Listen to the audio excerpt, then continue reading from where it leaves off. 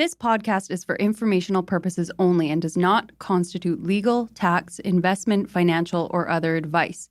It is not intended to cause or induce breach of an existing agency agreement. Hello? Hello? Hello? This is the Vancouver Commercial Real Estate Podcast.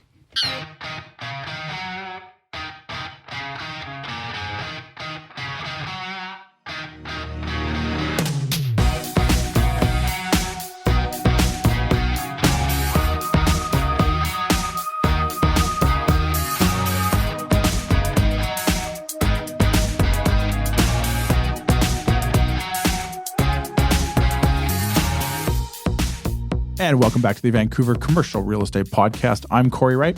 And I'm your sometimes host, Adam Scalina. How you doing, Cory? Good, Adam. Yourself? You look a little tired this morning. You know what? I should say I've been my kids, I should say, are not sleeping through the night. This week's episode is brought to you by our great friends at Impact Commercial Group.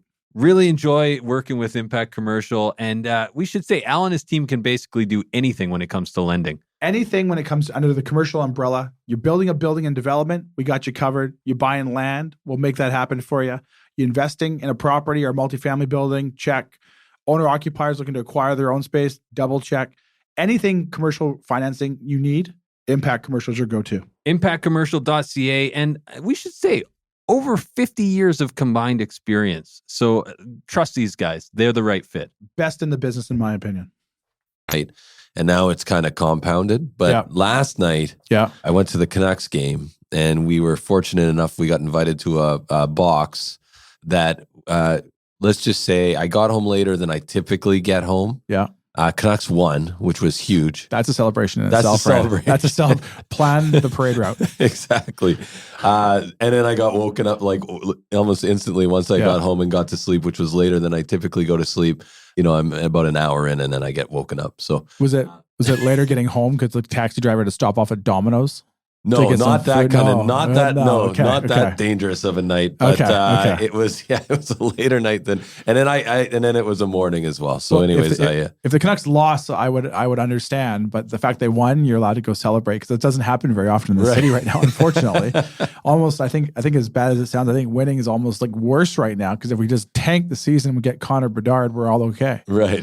So we're just tanking there. Adam, on the show today we have Brad Howard, Development Director of PCI Developments, one of Vancouver's premier developers, and he kind of goes through some of their amazing projects they have all over the city of Vancouver, and we focus in on a great project they have there in Surrey, the King George Hub, which is a massive project for housing and rental and office and retail, and kind of goes, dives into that and sort of their insight on, the Fraser Valley market as a whole. You know what? It's a really great conversation today with Brad. And I had some really big takeaways about just the direction of the city and the future of the region. Yeah. I think that he kind of touches on. Also some of the challenges we cover for the development community right now and what PCI is doing to weather, obviously rising construction costs, an economy that's potentially on the verge of recession. Yeah. So lots of really interesting insights from today's episode with Brad. Yeah, no, great episode. We were very fortunate to get him. He's a really, really busy guy. PCI is growing, and they've got so many projects in the works and currently under construction and completing. So we're very fortunate to get him. Provides a really, really good insight, and we ask a little bit on his vision on sort of like the new mayor's elect and how that will affect their business. So great episode, lots of good takeaways as you mentioned. Looking forward to the listeners to hear it. Without further ado, let's cut to our interview with Brad Howard, Development Director, PCI Developments. Enjoy, guys.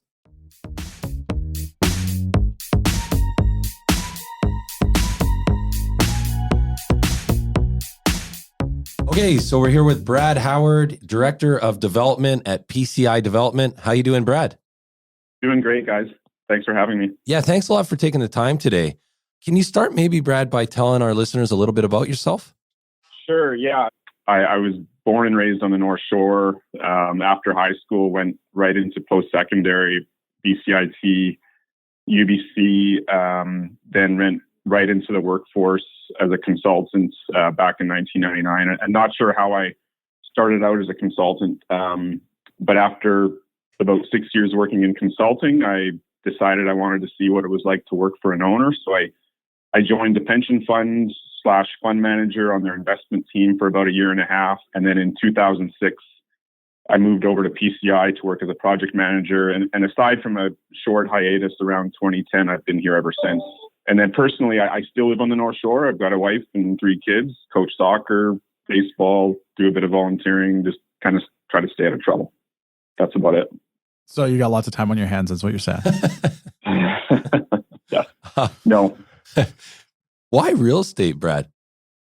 That's a good question. I actually started off at BCIT in petroleum and natural gas engineering. And I realized after a year of doing chemistry and realizing that I would probably be stationed on a drill rig somewhere in the north or out in the middle of the ocean, I decided I wanted to change. And it was an interest in architecture and building and construction that led me to the BCIT program that I took for a couple of years. And as I went through BCIT, I kind of morphed and found an interest on the economic side of construction and development. And so focused on economics at BCIT. And then that led me over to UBC to do an urban land diploma in real estate. So that's kind of how it worked and how I evolved, and haven't looked back. I've really enjoyed it.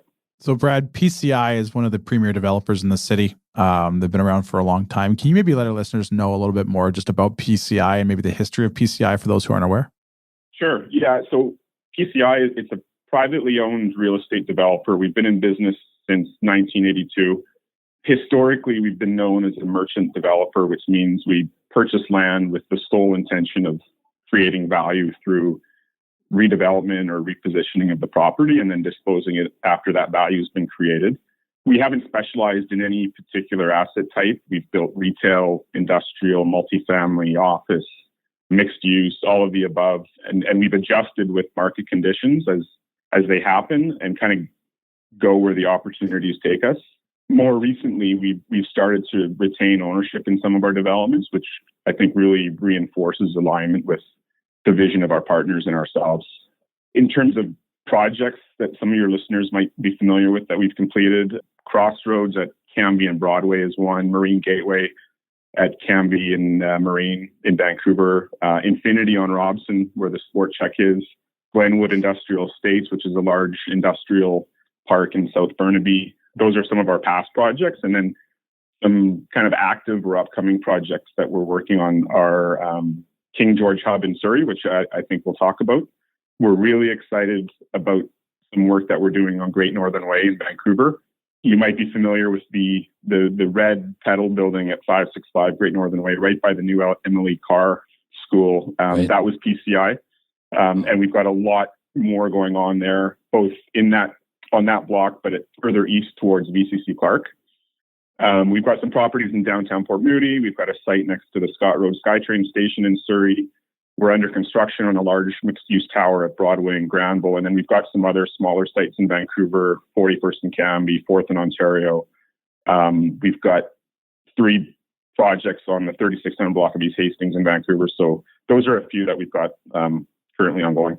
So before we kind of dig into a few of those there, can you confirm or deny that the Great Northern Way building there that I believe Low Tide bought, that coffee shop red had to be changed to like the Lululemon red color? Is that a true story?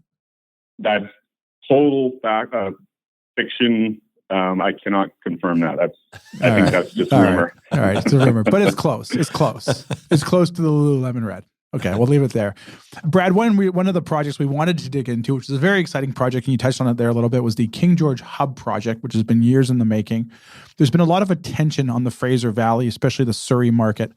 Pre-COVID, and obviously COVID's put an additional emphasis on this. Can you walk us a little bit of what that project is and how it sort of evolved and kind of where it's currently at? As I know you guys had a big grand opening ceremony and everything recently. Yeah, sure. It started, I want to say, back in 2011 when the property came available for sale. And this was right around the time that we had finally gotten Marine Gateway under construction in Vancouver. And what we envisioned for King George Hub was very similar in concept to Marine Gateway, and it being located immediately adjacent to a rapid transit station and the opportunity to intensify growth on transit with a variety of uses like residential, retail, office, all on one site. And the ultimate feel and makeup of the development was quite a bit different than Marine Gateway, but just the overall concept of a vibrant, bustling, transit-oriented community was very much the goal there. So in terms of the makeup of King George Hub and what it's all about, it's a 5-phase kind of master plan community. It contains about 365,000 square feet of office space, which post-pandemic levels kind of notwithstanding, that's about 1,500 office workers in that space. About half of that space is taken up by the Coast Capitol building, and then which was completed in 2015, and then the other half of that space is in a new building that was completed last year. There's 165,000 square feet of ground-oriented retail space with the Save On Foods, Rexall, Subway, Panago, Tim Hortons, medical and pharmacy, and a wonderful independent restaurant called Rue, which I highly recommend if you get out there. 1,600 condominiums, which are all sold out, half of which are complete and lived in. The other half are under construction and ready for occupancy in kind of mid-2025. And then nearly 800 rental homes, again, half of which are lived in, and then the other half will be delivered probably in early 2026.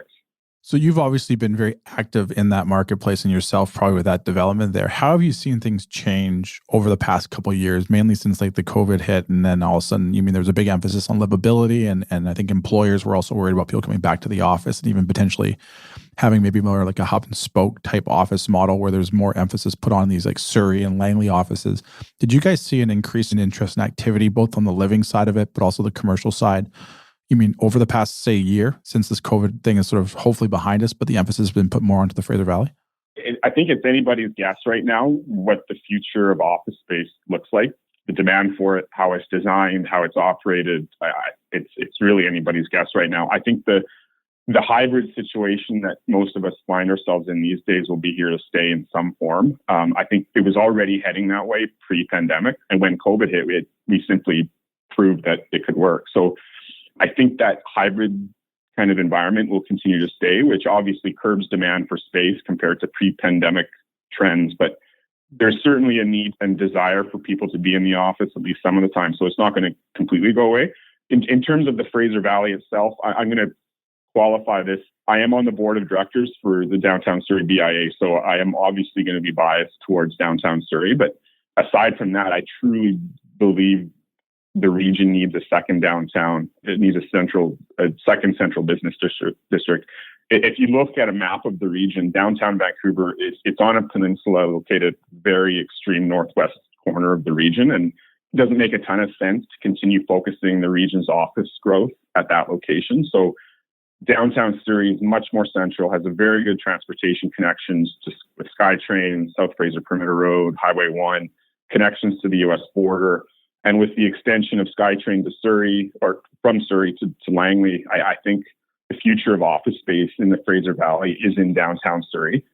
With all due respect, obviously, to Abbotsford and Langley, which I see having smaller office nodes, particularly on the Skytrain and perhaps 200. But I think I read somewhere the other day that downtown Vancouver's office vacancy is the lowest in North America, which is great for landlords, and that bodes well for downtown Surrey, which offers a more affordable option for office users, particularly if more of their staff are looking to live south of the Fraser. Yeah, I guess, and the last thing I'll say on the office market, as employers are trying to lure workers back to the office, I think investment in office space and building amenities and operations is going to be so important. And landlords who put a focus on those things will have a leg up on other buildings in what's going to be really a really competitive market going forward. Now, do you see PCI? You talked about some exciting projects you have going on, and a lot of them sound in the Greater Vancouver area. Do you see PCI, continuing to look for opportunities in the Fraser Valley market there based on the success of the King George Hub? Yeah, absolutely. We believe in the growth and the direction of where the region is growing in terms of growth, and we are very selective when it comes to sites. There's a number of brokers that I deal with that I think I annoy because we're very selective, we're very picky on sites, and so we're very interested and keen on the Fraser Valley. But I think our personal PCI's activity is going to really focus on those transit sites, station sites, anything that's really well supported by transit. Brad, can you maybe talk? Like you mentioned that you had some projects coming up in the Hastings area, and of course, Great Northern Way is an area that we talk about a lot on our show, and we're excited about. Can you talk about maybe what's coming and why you're excited about these areas? Sure. Yeah. Great Northern Way is a location we're really keen on. As I mentioned, we completed 565 Great Northern Way in 2017 with low tide. And we've got some really exciting things we're looking at on the adjacent site and then further east towards VCC Clark. And those are kind of what our vision is really what PCI is all about. And that's complete transit-oriented communities, market rental housing, affordable rental housing, active and vibrant, bustling retail, office, and really high quality, well-designed public realm. And I can't share everything about it yet because it's pre-rezoning application. So I don't have a ton more to share, but we're hoping to be into the city with our rezoning application early in 2023. And then in terms of East Hastings, we're very active on that kind of very last block of East Hastings before we hit boundary. We've got 2 market rental developments there, both under construction, and then we've got a third project that's in for approvals. So we're really excited about that block. This is by the Kootenay bus loop, correct? Exactly. Yeah. Okay. So obviously you guys have a very, large investment in the greater Vancouver marketplace, and we just went through an election here that's going to see a new mayor coming in. Can you share any thoughts on the new mayor coming in there with Ken Sims, and obviously maybe how that would affect the development community in a positive or negative way? We're hopeful that, and I want to be careful here. And I personally don't follow Vancouver politics as much as I do in other municipalities. But we're hopeful that some of the challenges of the previous council that really slowed down applications and slowed down the delivery of housing projects, we're hopeful that those things can be resolved. And we've got a council here that sees the need to deliver, in particular, housing projects and rental projects, just given the state of the housing market and the affordability crisis that we're in. We're hoping that the new council can really see the need to move approvals forward and get this housing delivered. So a follow-up to that then is obviously you mentioned there that you're actively involved in the Surrey community there. What are your thoughts on the incumbent, Mr. McCallum, getting voted out and Brenda Locke coming in for that community there with regards to development and continued growth of Surrey? I think there's a general consensus amongst the community, amongst politicians, amongst stakeholders, that we need a second downtown in the region, that being downtown Surrey. And I don't see the new mayor and council differing from that viewpoint. So I think from downtown Surrey's perspective, I think it's business as usual. I haven't spoke with the new mayor-elect, but that's my sense, is that it's going to be business as usual for downtown. In fact, I think there's a real desire to see more growth in the downtown, particularly with respect to office development. In terms of other parts of Surrey, I'm not sure. We don't operate at the moment in other parts of Surrey, but downtown, I think we're seeing business as usual. Brad, it's been a challenging year for the development community, and I'm thinking specifically about building costs skyrocketing. Can you talk a little bit about the challenges right now that you guys are experiencing? Yeah, it seems like it's a perfect storm that we're being faced with right now, with construction costs and labor costs, material costs. We're in the process right now of pricing a number of projects, and the way prices are right now, it's making a lot of projects not pencil. It's a problem, and we're hopeful that it's going to stabilize and that there's a possibility of pricing reductions next year. You never really see pricing reductions, but with the way prices are right now, a number of these projects aren't penciling. So I think there's a possibility that you'll see some projects shelved, postponed. There's a number of large public projects on the go right now with St. Paul's and the Surrey Langley Skytrain extension, the Broadway line. Those are all eating up demand for materials and labor. And so that's a big challenge we're dealing with right now. Kind of further to that question, has the interest rate environment, and obviously in the residential market, we've seen a lot of softening. In the commercial market, it seems to be more buoyant, dependent on the asset class. But has the current economic environment created any challenges, or has it changed the business strategy at all of PCI? Well, we're certainly watching it. With inflation, I think it was last reported around 7%, and we're in an interest rate environment that we haven't seen for a very long time. So it certainly has the potential of eroding buying power for people in business. So it's something we're watching.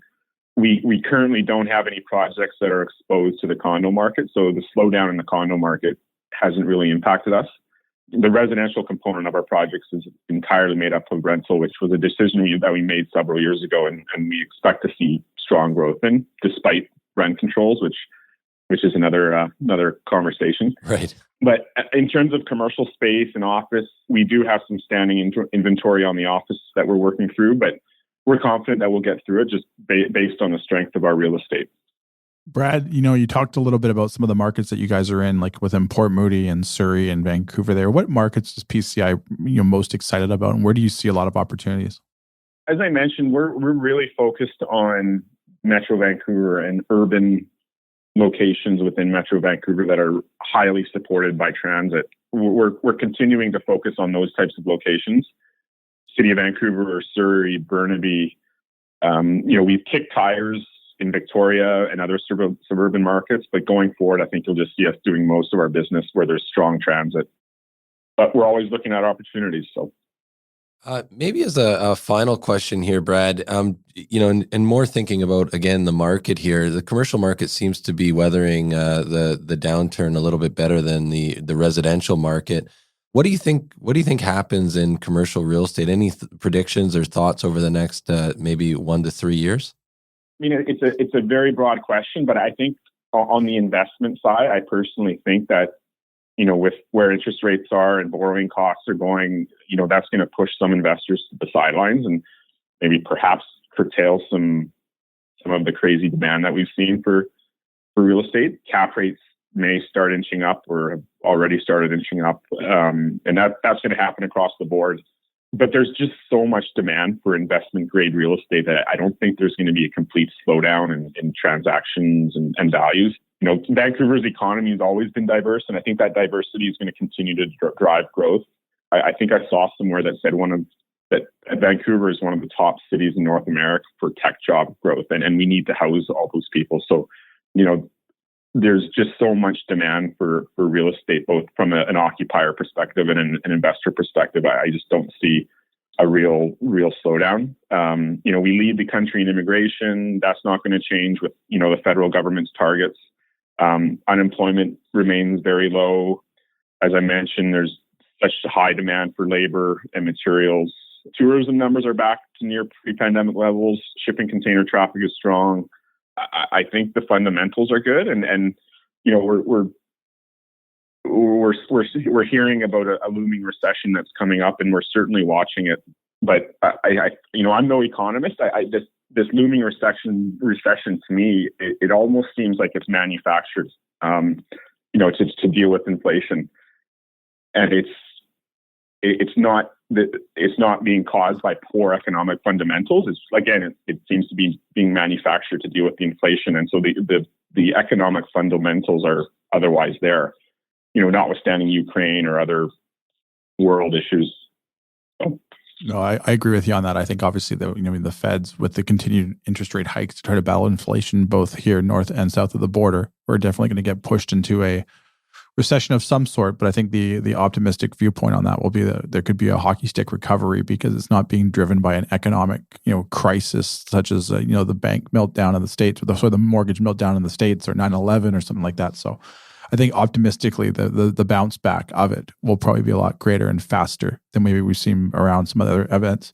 I agree, and I think we were just about to go on not a hockey stick recovery, but a good recovery just ahead of COVID, and then COVID hit, and that kind of threw everything off. And obviously COVID was a big disruptor, and there was a lot of stimulus put into the economy. deal with COVID. And now, in part due to that stimulus, we're dealing with inflation. And so we're now, again, manufacturing a recession through rising of interest rates to deal with that inflation. But I think outside of all that disruption and all the government stimulus and interest rate management, I think the economic fundamentals are there. So I'm hoping, again, blue sky optimist maybe, but I'm hoping that once inflation gets in check, then there's going to be a return to some good times. I agree with you. I think everyone's optimistically hoping for the same thing. Brad, before we let you go here, we got our 6-pack of lighthearted questions we ask all of our guests so we get to know you a little bit more outside of the office. Can you hang out for just a few more minutes? Yeah, let's give it a shot. The 6-pack is powered by our great friends over at Red Point Law. Oh, the guys at Red Point Law are fantastic, Cory. For all your legal needs when it comes to commercial real estate, visit them at redpointlaw.ca. Okay, Brad, first question up. Favorite restaurant or bar? Oh, man. Like I said, I'm going to give a shout out to Rue in Surrey. Having 3 kids, I don't get out to eat too much, but I was at Rue for lunch a couple weeks ago, and it was awesome. Food was great, service was great, and I'm biased being part of that project, but Rue is somewhere to check out if you're ever out in downtown Surrey. Good one. That's a great one. Good one. Second question, Brad. What is one book that our listeners should read? I don't read a lot of books. Again, just having kids crawling all over me outside of work. But I did actually come across a book in one of those little neighborhood book stands, and I took it on a vacation at the end of the summer and read it. It's called Red Notice, and it's about an American capitalist who was the son of one of the great American communist leaders, and he became a capitalist and moved to Russia, and eventually ended up exposing a lot of corruption in Russia. And so it was a really, really interesting book, a true story.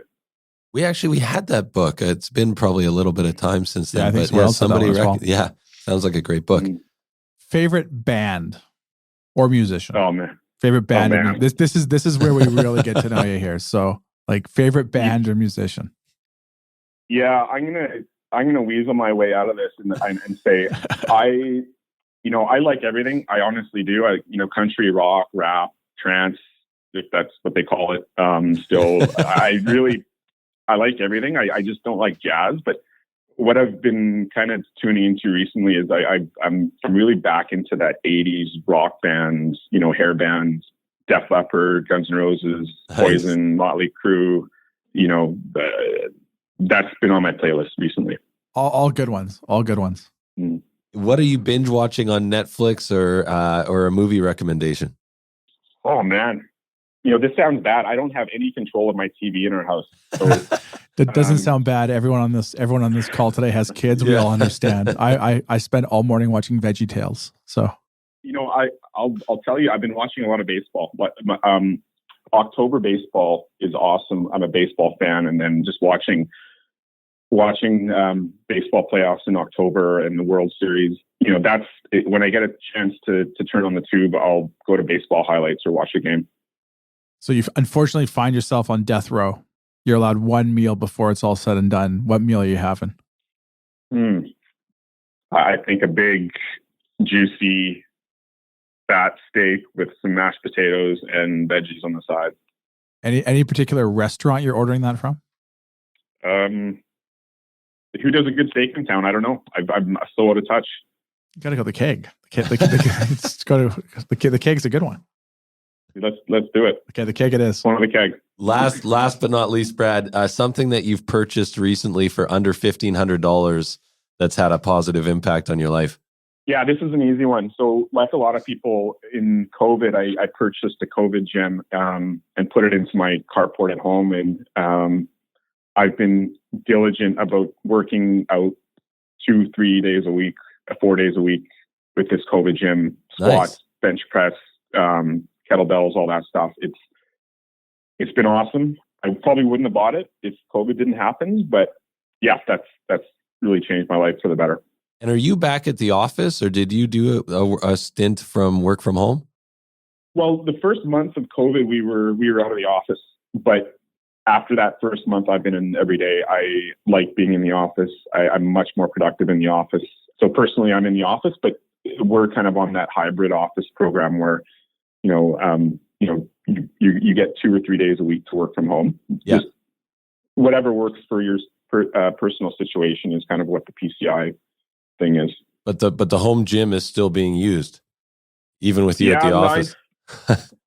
9 or 10 o'clock at night, I'm out there. Nice. Oh, wow. Even last night in 3 degrees of rain, I'm out there. Oh, that's commitment. Got to stick with it. That's commitment. Yeah. All right, Brad. How can our guests, or how can our listeners find out more about what PCI is doing? Well, easiest thing is our website, www.pci-group.com. I believe we do have some social media, but we're not big social media posters. So website is the easiest, and all of our contact information is on the website. Well, thanks again for taking the time today, Brad. And really fascinating conversation. Yeah, thanks, guys. It was a pleasure.